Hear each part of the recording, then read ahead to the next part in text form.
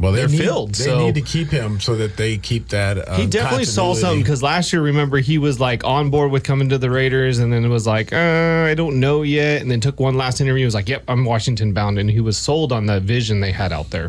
So we're gonna talk about coaching stuff a little bit later, but one thing in parallel I saw last night is like Vic Fangio has been the defensive coordinator for the Philadelphia Eagles, and he's got some ties with the Niners and stuff back in the day, and he's been around a long time. But their defense was like swarming yesterday all over him. They didn't fall for the same stuff that the Detroit Lions did with the RPOs, and the Chiefs the same thing with Spagnuolo. Man, the consistency with those defensive coordinators is, I think that's a huge reason why Niners fans are so ecstatic about getting Saleh back, because it can't be overstated. Like a good defensive coordinator, somebody that's getting the guys hyped, that has good schemes and stuff. Spagnuolo has been awesome during these playoffs for the Chiefs, keeping people. That last play that he dialed up against the Bills last night, I mean, that's a pretty gutsy play call to blitz three off the edge like that. He's so popular over in KC. If you didn't know and you were just a layman person watching a game towards the end of the game, you would think he was the head coach as much as they show him. No, exactly. You're right. You wouldn't even think who is Andy Reid, because they don't show him enough. No, and they're so fortunate because, I mean, every single year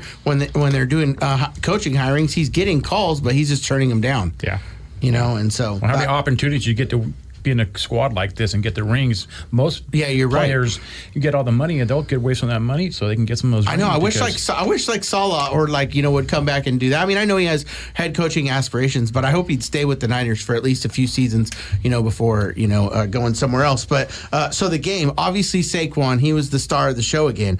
I mean, what more things can we say about Saquon Barkley? 15 rushes, 118 yards, 7.9 per carry, 3 yards. I mean, he looks cool out there. He's just kind of a little guy, pretty muscly, and he's just making it happen all over the field, breaking long.